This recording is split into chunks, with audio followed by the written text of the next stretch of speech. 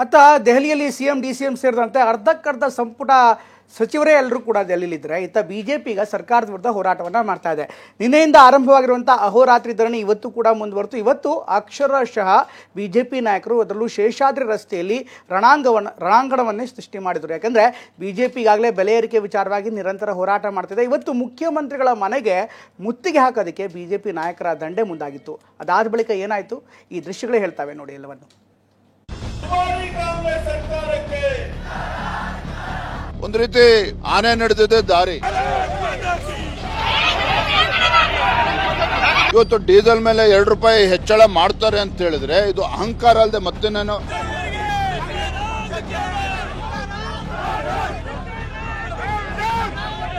ನೀವು ಆಶೀರ್ವಾದ ಮಾಡಿ ತಂದಿರತಕ್ಕಂತ ಕಾಂಗ್ರೆಸ್ ಸರ್ಕಾರ ಯಾವ ರೀತಿ ನಿಮಗೆ ಧೋಖಾ ಮಾಡ್ತಾ ಇದೆ, ಮೋಸ ಮಾಡ್ತಾ ಇದೆ.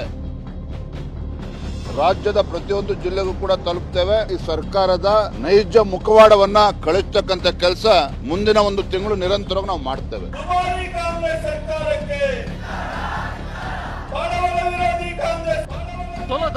ತೊಲಗಲಿ ಜನ ವಿರೋಧಿ ಕಾಂಗ್ರೆಸ್ ಸರ್ಕಾರಕ್ಕೆ ಧಿಕ್ಕಾರ.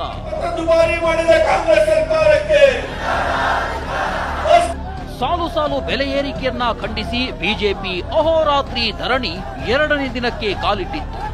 ಜಿಲ್ಲೆಯಿಂದಲೂ ಪ್ರತಿಭಟನಾಕಾರರು ಬಂದಿದ್ರು. ಬೆಂಗಳೂರಿನ ಫ್ರೀಡಂ ಪಾರ್ಕ್ನಲ್ಲಿ ಕೇಸರಿ ಕಲಿಗಳು ರಣಕಹಳೆ ಮೊಳಗಿಸಿದ್ರು. ಸರ್ಕಾರದ ವಿರುದ್ಧ ಆಕ್ರೋಶ ಹೊರಹಾಕಿದ್ರು.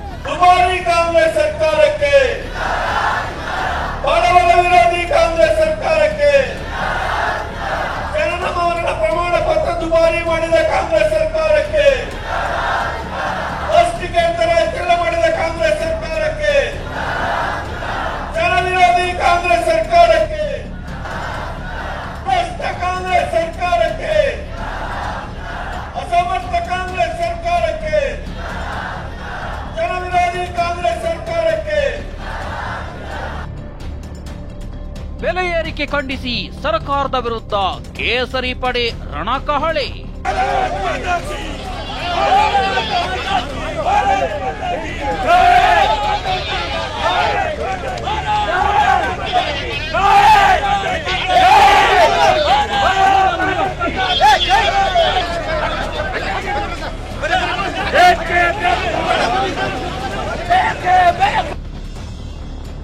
ಸಿಎಂ ಸಿದ್ದರಾಮಯ್ಯ ನಿವಾಸಕ್ಕೆ ಮುತ್ತಿಗೆಗೆ ಯತ್ನ, ಹೈಡ್ರಾಮಾ. ಜನ ವಿರೋಧಿ, ಬಡವರ ವಿರೋಧಿ ಕಾಂಗ್ರೆಸ್ ಸರ್ಕಾರದ ವಿರುದ್ಧ ನಮ್ಮ ಹೋರಾಟ ಈಗಲೂ ಪ್ರಾರಂಭ ಆಗಿದೆ. ಬ್ಯಾರಿಕೇಡ್ ಹತ್ತಿದ್ರು ಬಸ್ಗೆ ಅಡ್ಡಲಾಗಿ ಮಲಗಿ ರೋಷಾಗ್ನಿ. ಕಾಂಗ್ರೆಸ್ ಸರ್ಕಾರಕ್ಕೆ, ಬಡವರ ವಿರೋಧಿ ಕಾಂಗ್ರೆಸ್ ಸರ್ಕಾರಕ್ಕೆ. ಅಹೋರಾತ್ರಿ ಧರಣಿ ಮುಗಿಸಿ ಸಿಎಂ ಸಿದ್ದರಾಮಯ್ಯ ನಿವಾಸಕ್ಕೆ ಮುತ್ತಿಗೆಗೆ ಯತ್ನಿಸಿದ್ರು. ಈ ವೇಳೆ ತಳ್ಳಾಟ, ನೂಕಾಟವೇ ನಡೆಯಿತು. ಭಾರೀ ಹೈಡ್ರಾಮಕ್ಕೆ ಸಾಕ್ಷಿಯಾಯಿತು. ಎಲ್ಲರನ್ನೂ ವಶಕ್ಕೆ ಪಡೆಯಲಾಯಿತು.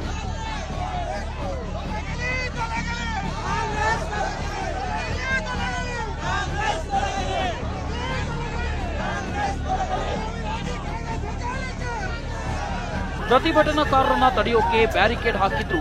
ಕೆಲವರು ಬ್ಯಾರಿಕೇಡ್ ಹತ್ತಿ ಆಕ್ರೋಶ ಹೊರಹಾಕಿದ್ರು.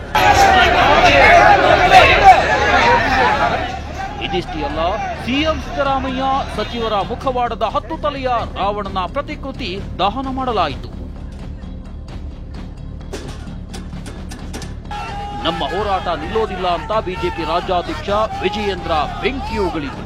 ಜನ ವಿರೋಧಿ, ಬಡವರ ವಿರೋಧಿ ಕಾಂಗ್ರೆಸ್ ಸರ್ಕಾರದ ವಿರುದ್ಧ ನಮ್ಮ ಹೋರಾಟ ಈಗಲೂ ಪ್ರಾರಂಭ ಆಗಿದೆ. ಇದು ನಿರಂತರವಾಗಿ ನಡೀತಿದೆ. ರಾಜ್ಯದ ಪ್ರತಿಯೊಂದು ಹಳ್ಳಿಗೂ ಕೂಡ ಈ ಜನ ವಿರೋಧಿ ಕಾಂಗ್ರೆಸ್ ಸರ್ಕಾರವನ್ನ ಬೆತ್ತಲು ಮಾಡತಕ್ಕಂಥ ಕೆಲಸ ನಾವು ಮಾಡ್ತೇವೆ. ಇದಿಷ್ಟೇ ಅಲ್ಲ, ಕಾರ್ಯಕರ್ತರು ಬಸ್ಗೆ ಅಡ್ಡಲಾಗಿ ಮಲಗಿದ್ರು. ಪೊಲೀಸರು ಕಾರ್ಯಕರ್ತರ ಮಧ್ಯೆ ತಳ್ಳಾಟ, ನೂಕಾಟವೇ ನಡೆಯಿತು.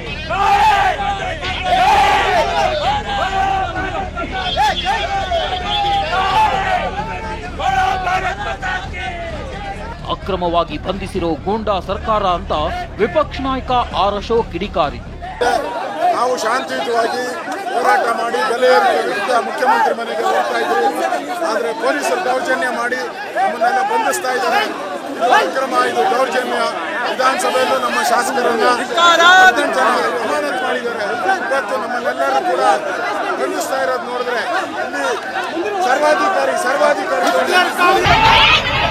ಇನ್ನು ಮಹಿಳಾ ಕಾರ್ಯಕರ್ತೆಯನ್ನ ವಶಕ್ಕೆ ಪಡೆಯುವ ವೇಳೆ ಹೈಡ್ರಾಮಾ ನಡೆಯಿತು.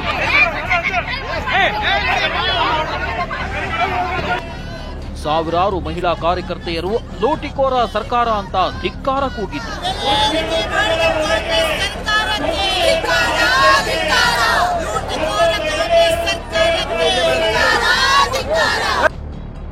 ಇತ್ತ ಸಿಎಂ ರಾಜೀನಾಮೆ ಕೊಡಬೇಕು ಅಂತ ಮಾಜಿ ಸಿಎಂ ಯಡಿಯೂರಪ್ಪ ಆಗ್ರಹ ಮಾಡಿದ್ರು. ರಾಜ್ಯದ ಉದ್ದಗಲಕ್ಕೆ ಪ್ರವಾಸ ಮಾಡಿ ಈ ಸರ್ಕಾರ ಬೆಲೆ ಏರಿಕೆಯನ್ನು ವಾಪಸ್ ಪಡೆಯಬೇಕು, ಇದರ ಮುಖ್ಯಮಂತ್ರಿಗಳು ಅವರ ಸ್ಥಾನಕ್ಕೆ ರಾಜೀನಾಮೆ ನೀಡಬೇಕು ಅಂತೇಳಿ ಒತ್ತಾಯ ಮಾಡಿ ನಮ್ಮ ಹೋರಾಟವನ್ನ ರಾಜ್ಯಾದ್ಯಂತ ಮುಂದುವರಿಸುತ್ತಿದ್ದೇವೆ. ಸಿಟಿ ರವಿಯನ್ನ ಮೇಲಕ್ಕೆ ಎತ್ತಿ ಬೆಂಬಲಿಗರು ಸರ್ಕಾರದ ವಿರುದ್ಧ ಆಕ್ರೋಶ ಹೊರಹಾಕಿದ್ರು.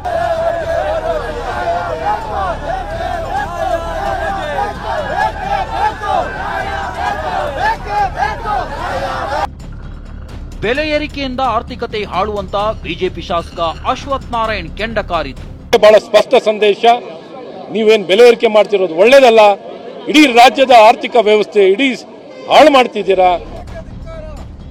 ಬಿಜೆಪಿಯ ಪ್ರತಿಭಟನೆಗೆ ಡಿಸಿಎಂ ಡಿಕೆಶಿ ಸಮರ್ಥನೆ ಕೊಟ್ಟಿದ್ದು ಈ ರೀತಿಯಾಗಿ. ನಾವು ಹಾಲು ನೀರು ಎಲ್ಲ ಮಾಡ್ತಾ ಇದೀವಿ, ಅದರಿಂದ ಯಾರಿಗ ಅನುಕೂಲ ಆಗ್ತಾ ಇದೆ? ರೈತರಿಗೆ ಅನುಕೂಲ ಆಗ್ತಾ ಇದೆ. ರೈತರ ಬದುಕನ್ನು ನಾವು ನೋಡ್ಬೇಕಲ್ಲ. ರೈತರು ಪಾರ್ಟಿ ಅಂತ ಬರೀ ಹಸಿರು ಟವಲ್ ಹಾಕೋಬಿಟ್ರೆ ಸಾಕ? ಅದರಿಂದ ಪಾಪ ಅವ್ರು ರಾಜಕೀಯ ಉಳಿಸ್ಕೋಬೇಕು, ಮಾಡಲಿ. ಬಟ್ ಅದೇ ಥರ ಬೇರೆಯವ್ರಿಗೂ ಕೂಡ ಅವರು ರೈತರಿಗೂ ಸಹಾಯ ಮಾಡಬೇಕಲ್ಲ. ಎಲ್ಲ ರೈತರೆಲ್ಲ ನಮ್ಮ ಊರುಗಳಿಗೆ ಹೋದಾಗೆಲ್ಲ ನಮಗೆ ಹೊಡಿಲಿಲ್ಲ ಸದ್ಯ, ನಮ್ಮ ಪುಣ್ಯ. ಸಚಿವ ದಿನೇಶ್ ಗುಂಡೂರಾವ್ ಮಾತನಾಡಿ, ಬೆಲೆ ಏರಿಕೆ ಇಲ್ಲದಿರೋ ವ್ಯವಸ್ಥೆ ನಮ್ಮಲ್ಲಿ ಇಲ್ಲ ಅಂದ್ರು. ಯಾಕೆ ಹೆಚ್ಚು ಮಾಡ್ತೀವಿ? ಯಾಕಂತ ಹೇಳಿದ್ರೆ ಪ್ರತಿ ವರ್ಷ ಏನು ನಾವೇನು ಹಣದುಬ್ಬರ ಏನು ಇನ್ಫ್ಲೇಷನ್ ಇರ್ತದೆ, 5%, 6%, 7% ಇರ್ತದೆ. ಬೆಲೆ ಏರಿಕೆ ಆಗ್ತಾ ಇರ್ತದೆ. ಬೆಲೆ ಏರಿಕೆ ಇಲ್ಲದೆ ಇರುವಂತ ವ್ಯವಸ್ಥೆ ನಮ್ಮಲ್ಲಿ ಏನಿಲ್ಲ. ಬೆಲೆ ಏರಿಕೆ ವಿರುದ್ಧ ಬಿಜೆಪಿ ಅಹೋರಾತ್ರಿ ಧರಣಿ ಮಾತ್ರ ಅಲ್ಲ, ಮುಂದೆ ಜಿಲ್ಲೆಯಲ್ಲೂ ಜನಾಕ್ರೋಶ ಹೋರಾಟ ನಡೆಯಲಿದೆ. ಕಿರಣ್ ಹನಿಯಡ್ಕ, TV9 ಬೆಂಗಳೂರು.